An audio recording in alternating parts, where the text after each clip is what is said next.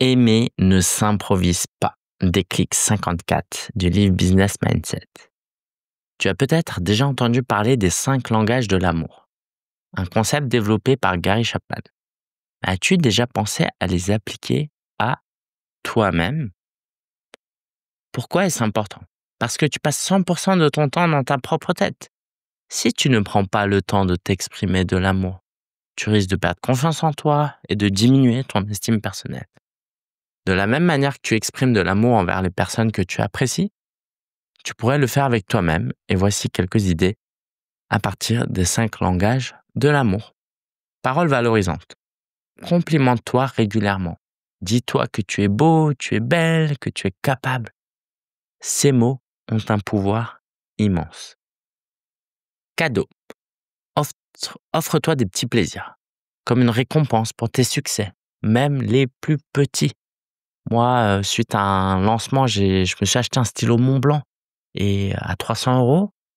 Et ça m'a vraiment porté et là, j'ai le projet d'acheter un prochain stylo Montblanc aussi parce que, c'est des choses qui marquent et qui encouragent. Service rendu. Aide-toi pour ton futur. Par exemple, prends le temps de planifier ou d'organiser quelque chose qui te simplifiera la vie plus tard. Et moi, quand j'ai commencé à entendre ça, un jour, ça m'a marqué. C'est-à-dire que moi, à la base, j'aime pas m'organiser, j'aime pas planifier. Mais quand je me suis dit: «Mais en fait, c'est pas juste s'organiser et planifier, c'est rendre la vie du futur soi plus facile». Waouh! Génial, tu vois? Toucher physique, même si c'est moins évident, tu peux te montrer de l'affection, ne serait-ce qu'en te faisant un câlin.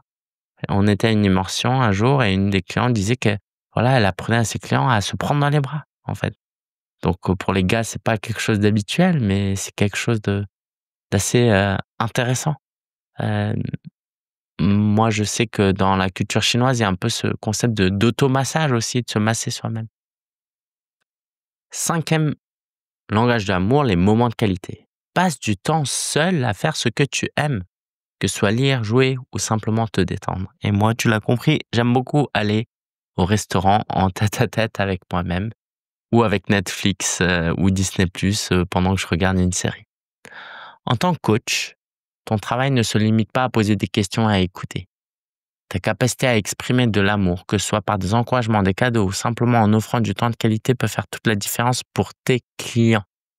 C'est pourquoi tu dois t'entraîner et pratiquer sur toi. Le thème de l'amour, c'est un thème que j'assume pas encore pleinement, mais que j'aimerais vraiment développer.